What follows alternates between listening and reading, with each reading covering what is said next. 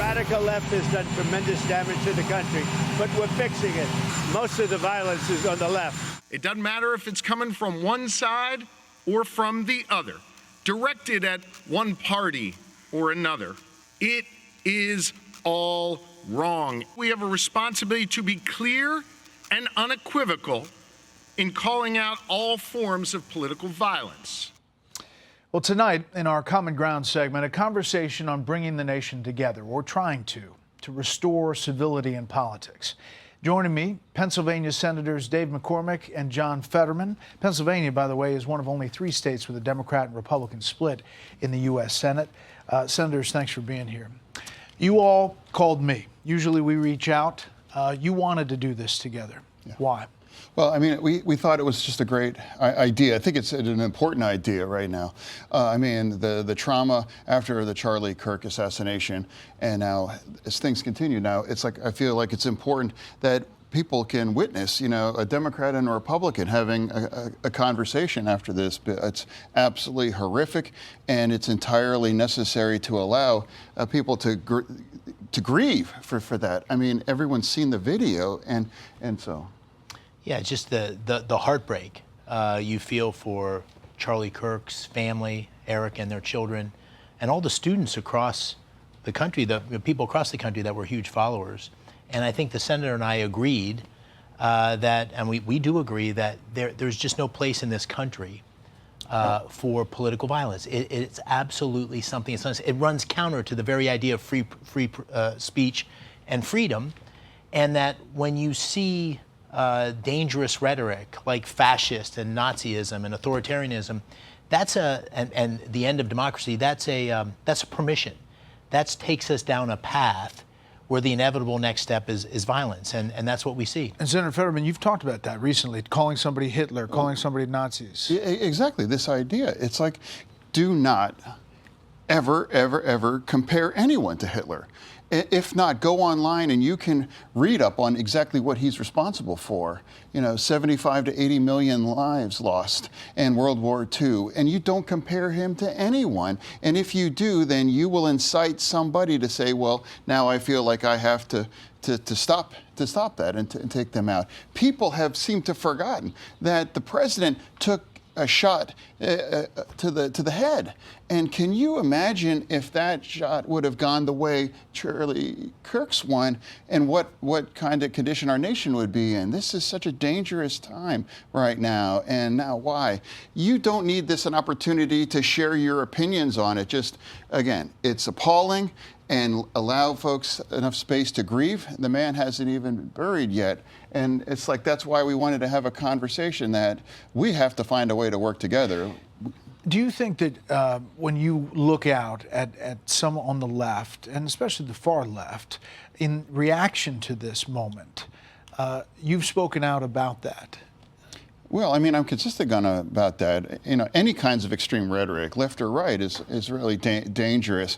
And now it's just Luigi had his latest thing, and now there's people on the very left on my side cheering him, and raised over $1 million for his legal fund. It's like, this coward executed a father and a businessman just because you happen to disagree with his business. Now that's, keep having these kinds of arguments. Well, guess what? The next one's going to be on you, and you'll end up on the sidewalk. Then we have to it's just unacceptable, and we have to just absolutely turn the heat down. You've been getting heat from some in your party saying you've been criticizing Democrats, and we talked about this back in June. You all had this Senate project moment at the Kennedy Institute. Take a listen.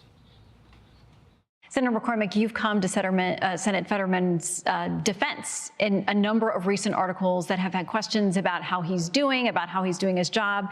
Of course, he did defend me through that, and he actually asked me, it's like, is it okay to defend you? I don't want that to create more political problems. Thought it might hurt him. Yeah, he did. And I'm like, no, I appreciate that. We have many disagreements, but the thing we both agree on, I think, is that it's an honor to serve Pennsylvania. We want to work together to do great things together whenever we can. So, I mean, you kind of stood up for him in the face of some of that criticism. I feel like we are on different political sides. We disagree on many things, but we also trust one another. And we can work together for the people of Pennsylvania, we do it, and not only do I trust him, we're friends. And just because we disagree on a lot of things doesn't mean we can't be friends. And this political violence, I feel it very deeply. I was a few feet away when President Trump was shot. Our governor, our governor in Pennsylvania had his family assaulted with an arson attack. I was friends with Charlie Kirk. So this hits me in a very personal way. And I guess what I would say is there's political violence and rhetoric on both sides. But I do believe that we're seeing this trend on the fringe left where you're using terms like Nazism, like fascism. We went to World War II to defeat Nazism and fascism. This is going to war to create those things. That gives us a permit, and we're seeing it. We see it in the survey data, YouGov. I'm sure you have that data. 25% of very liberal people surveyed said that political violence is okay to promote a political objective. It's about 3% of very conservative. And you see it in this horrible uprising of celebration, tens of thousands of people celebrating Charlie Kirk's death. So I think it's something where Senator Fetterman and I are trying to step back and say, listen, our country depends on the kind of free speech, commitment to freedom that Charlie Kirk was actually doing that day in Utah. Yeah, and there's this talk about free speech. The Attorney General kind of walked back. She said hate speech and free speech, and she said that it can't go to essentially anything that goes to violence is not protected by the First Amendment. Charlie Kirk on All Speech, he tweeted out in May of 24, hate speech does not exist legally in America. There's ugly speech, there's gross speech, there's evil speech, and all of it is protected by the First Amendment. Keep America free. So there is this balance of speech and how far you go and what you cancel or take off the table, but in our country, free speech is protected.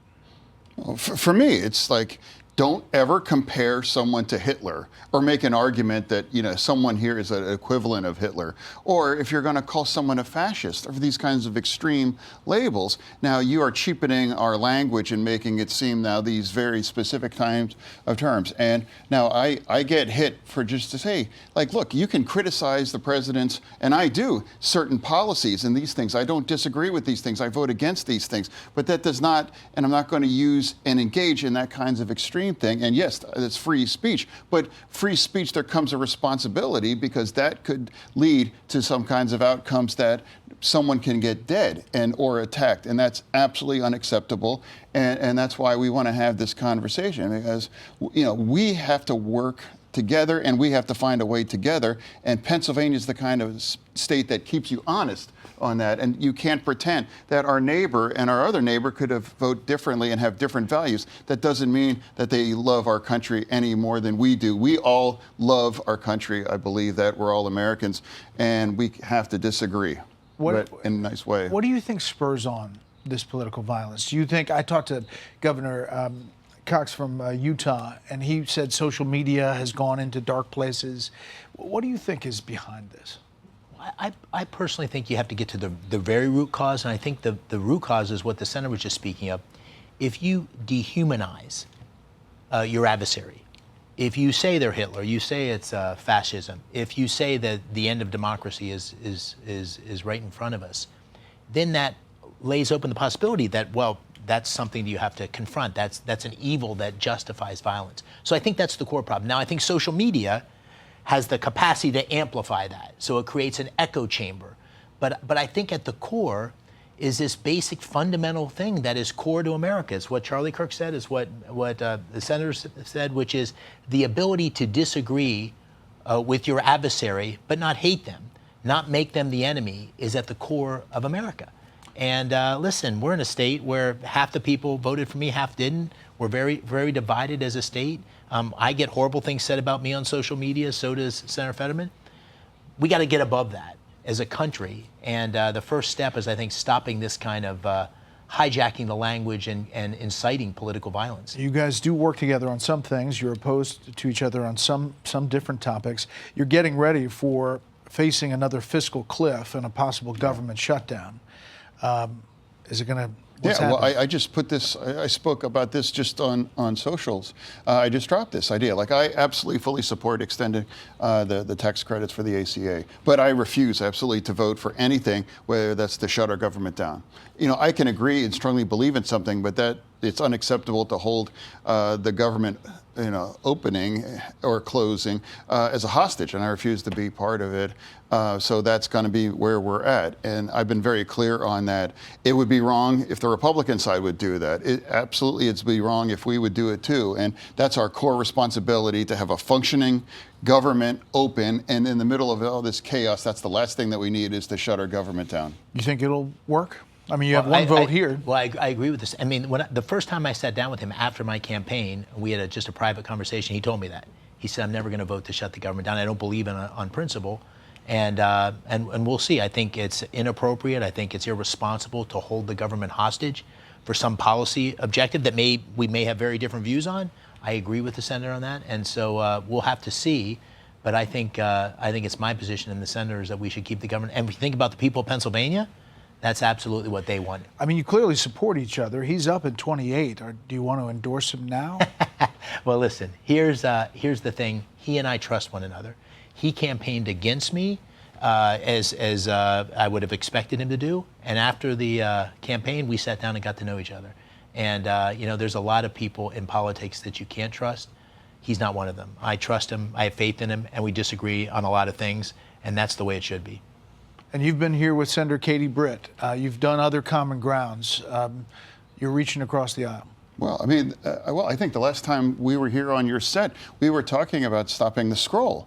I mean, this idea that how poisonous and damaging social media is. And now, if that impacts an adult, as it clearly seems like it has to the assassin, but now for teenagers as well too, it's part of the ongoing thing. It's like, Katie and I said that we're not here just for senators. We're here for his parents as too. And we have 3 young kids, and so that's another reason why we have to work together, because we all are, have families, and we've all going to be impacted by social media. And then I said that then, I think it's a sewer, and I think we need to address it.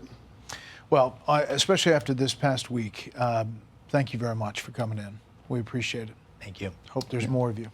Hi, everyone. I'm Brian Kilmeade. I want you to do me a favor. I want you to click to subscribe to the Fox News YouTube page. This is the only way that I know for sure that you're not going to miss any great commentary, any great news bites, any great interviews coming your way on Fox. You can get it all here on YouTube. So subscribe right now.